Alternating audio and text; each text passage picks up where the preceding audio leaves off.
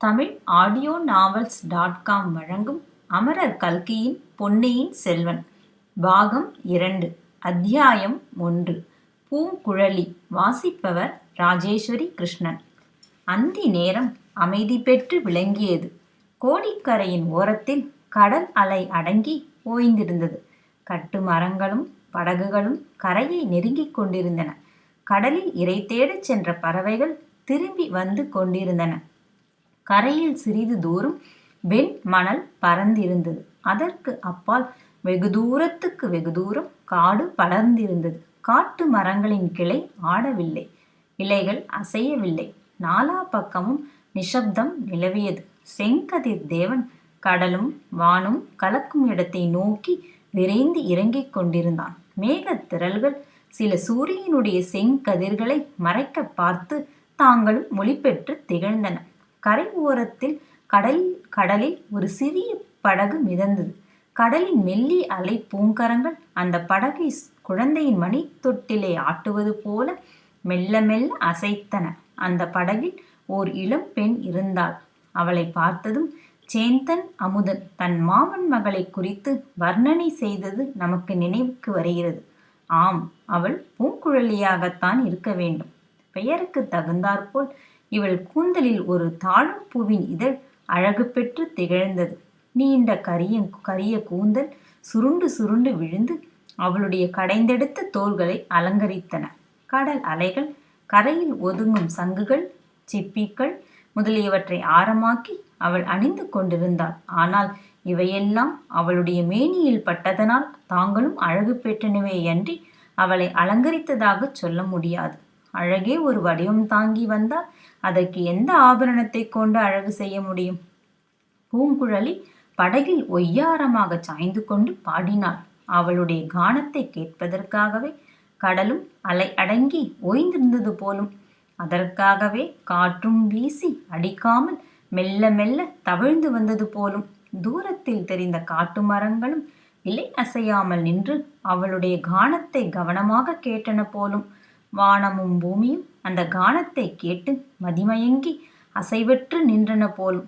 கதிரவன் கூட அந்த கானத்தை முன்னிட்டே மூளைக்கடலை அடைந்து முழுகி மறையாமல் தயங்கி நின்றான் போலும். தேனில் குழைத்து வானில் மிதந்து வந்த அந்த பாடலை சற்று செவி கொடுத்து கேட்கலாம். அலைக்கடலும் ஓய்ந்திருக்க அகக்கடல்தான் பொங்குவது ஏன்? நிலமகளும் துயிலுகையில் நெஞ்சகந்தான் பதைப்பதுமேன்? காட்டினில் வாழ் பறவைகளும் கூடுகளை தேடினவே, வேட்டு வரும் வில்லியரும் வீடு நோக்கி ஏகுவரே. வாகனமும் நானிலமும் மோனமதில் ஆய்ந்திருக்க மான்விழியால் பெண்ணொருத்தி மனதில் புயலடிப்பதுமேன்? வாரிதியும் அடங்கி நிற்கும் மாருதமும் தவழ்ந்து வரும் காரிகையால் உடன்தனிலே காற்று சுழன்றடிப்பதுமேன்? அந்த இளமங்கையின் உள்ளத்தில் அப்படி என்ன சோகம் குடிகொண்டிருக்குமோ தெரியாது. அவளுடைய தீங்குரலில் அப்படி என்ன இன்ப வேதனை கலந்திருக்குமோ தெரியாது.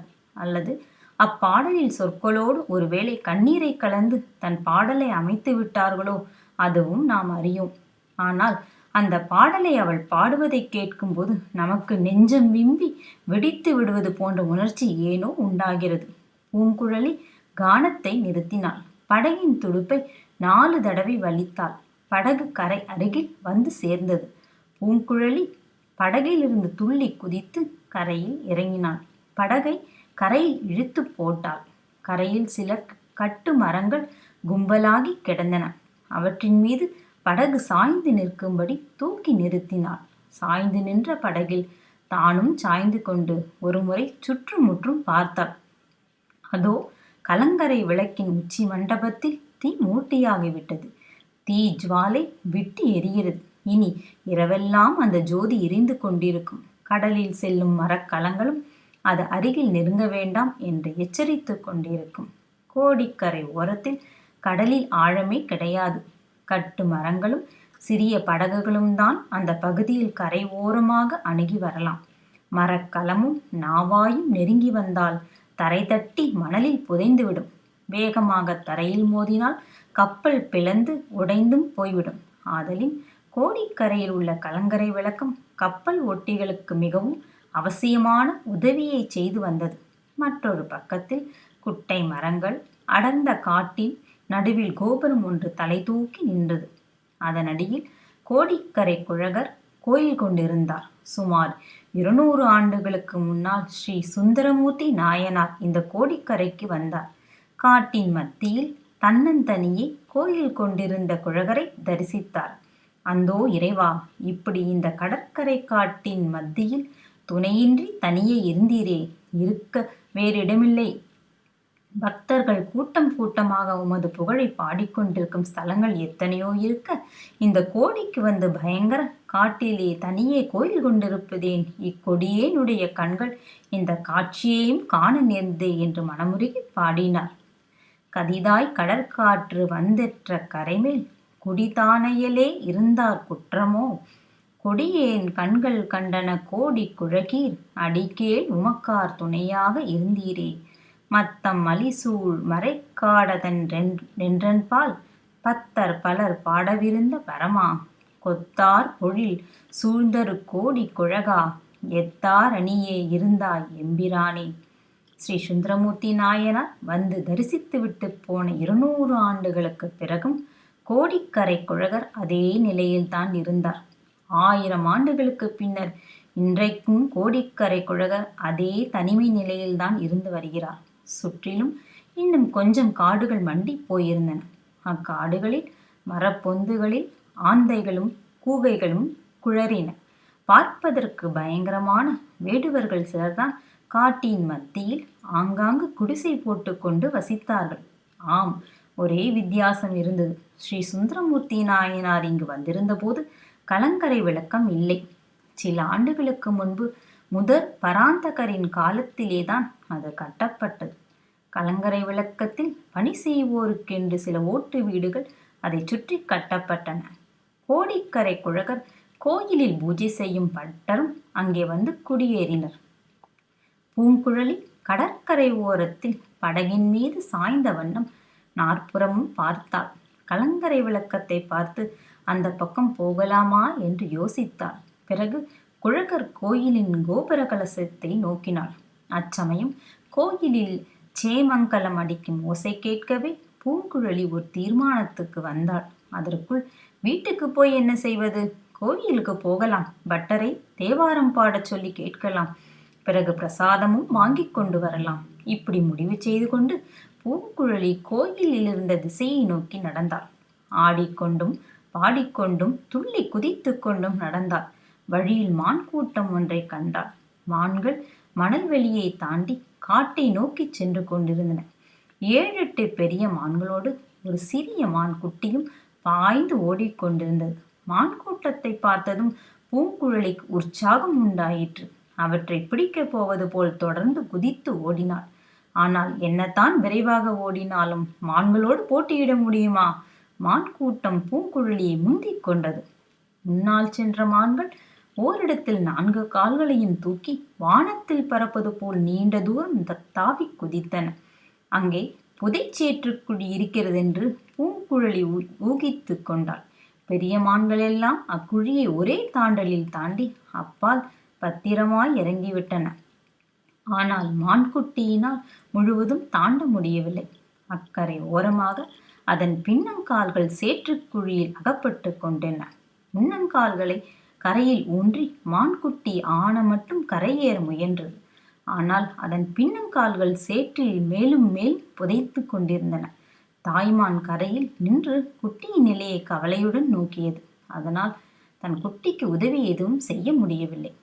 இதையெல்லாம் ஒரு நொடியில் பார்த்து அறிந்து கொண்ட பூங்குழலி அதை புதைச்சேற்றுக்குழி எங்கே முடிகிறது என்பதை கண்டு தெரிந்து கொண்டாள். புதைக்குழி ஓரமாக ஓடிச் சென்று கெட்டியான இடத்தின் வழியாக கடந்து எதிர்ப்புறத்தில் மான்குட்டி சேற்றில் அகப்பட்டு கொண்டு தவித்த இடத்தை அணுகினாள். தாய்மான் முதலில் அவளை கண்டு மிரண்டது. பூங்குழலிக்கு மானின் பாஷை தெரியும் போலும். மிருதுவான குரலில் அவள் ஏதோ சொல்லவும் தாய்மான் பயம் நீங்கி நின்றது. பூங்குழலி புதைச்சேற்றுக்குழியின் கரை ஓரத்தில் முன்னங்கால்களை மடித்து உட்கார்ந்து கைகளை நீட்டி மான்குட்டியை பற்றி பலமாக இழுத்து கரையேற்றினாள். சில வினாடி நேரம் அந்த மான்குட்டியின் உடம்பு வெடவெட என்று நடுங்கிக் கொண்டிருந்தது. தாய்மான் அதன் அருகில் நின்று முகர்ந்து பார்த்து தைரியம் கூறியது போலும். அவ்வளவுதான். அடுத்த வினாடி தாயும் குட்டியும் மீண்டும் பாய்ந்தோடின. சி, கொஞ்சமும் நன்றி இல்லாத மிருக ஜென்மங்கள் என்று பூங்குழலி தனக்குத்தானே சொல்லிக் கொண்டாள். ஆனால் மனிதர்களை விட இந்த மான்கள் மட்டமாய் போய்விடவில்லை என்று அவளே தேறுதலும் சொல்லிக் கொண்டாள். பிறகு மறுபடியும் குழக ஆலயத்தை நோக்கி நடந்தாள். மணல் வெளியை தாண்டியதும் மரஞ்செடிகள் அடர்ந்த காட்டு வழியில் போக வேண்டியிருந்தது. மேட்டில் ஏறியும் பள்ளத்தில் இறங்கியும் போக வேண்டியிருந்தது. அந்த காட்டை இயற்கையின் விசித்திரங்களில் ஒன்று என்றே சொல்ல வேண்டும். அங்கே கற்பாறைகளினால் அமைந்த மலைகளோ குன்றுகளோ ஒரே மணல் வெளிதான். ஆங்காங்கு மணல் மேடிட்டு மணல் மேட்டின் மீது செடிகளும் மரங்களும் முளைத்ததினால் கொட்டப்பட்டு குன்றுகளாகவே மாறிப்போயிருந்தன. குன்றுகளுக்கு பக்கத்தில் பள்ளங்களும் இருந்தன. அத்தகைய காட்டில் வழி கண்டுபிடித்து போவது எளிய காரியம் என்று வெகு தூரம் நடந்துவிட்டது போல தோன்றும். ஆனால் திரும்ப திரும்ப புறப்பட்ட இடத்துக்கே வந்து கொண்டிருப்போம். பூங்குழலி அந்த காட்டு வழியில் புகுந்து அதிவிரைவாக நடந்து ஆலயத்தின் அருகே வந்து சேர்ந்தாள். கோவிலுக்கு வெளியிலும் உட்பிரகாரத்தில் கொன்னை பன்னீர் முதலிய மரங்கள் ஓங்கி வளர்ந்து மலர்ந்து குலுங்கிக் கொண்டிருந்தன. பூங்குழலி ஆலயத்துக்குள் போனாள். பட்டர் அவளை பார்த்து முகம் மலர்ந்தார். அந்த கோயிலுக்குள் சுவாமி தரிசனம் செய்வதற்காகவே வருவோர் அருமை. ஆதலின் அருமையாக வருகிறவரை பார்த்து பட்டர் மகிழ்வது இயல்புதானே. தேங்காய் மூடியும் பிரசாதமும் கொண்டு வந்து பட்டர் கொடுத்தார். அம்மா, கொஞ்சம் காத்திருக்கிறாயா? நானும் இதோ சந்நிதியை பூட்டிக் கொண்டு வீட்டுக்கு வருகிறேன் என்றார். இருட்டிய பிறகு அந்த காட்டு வழியில் செல்வது கொஞ்சம் சிரமமான காரியம்தான். ஆனால் வழிகாட்டுவதற்கு பூங்குழலி இருந்தால் கவலையே கிடையாது.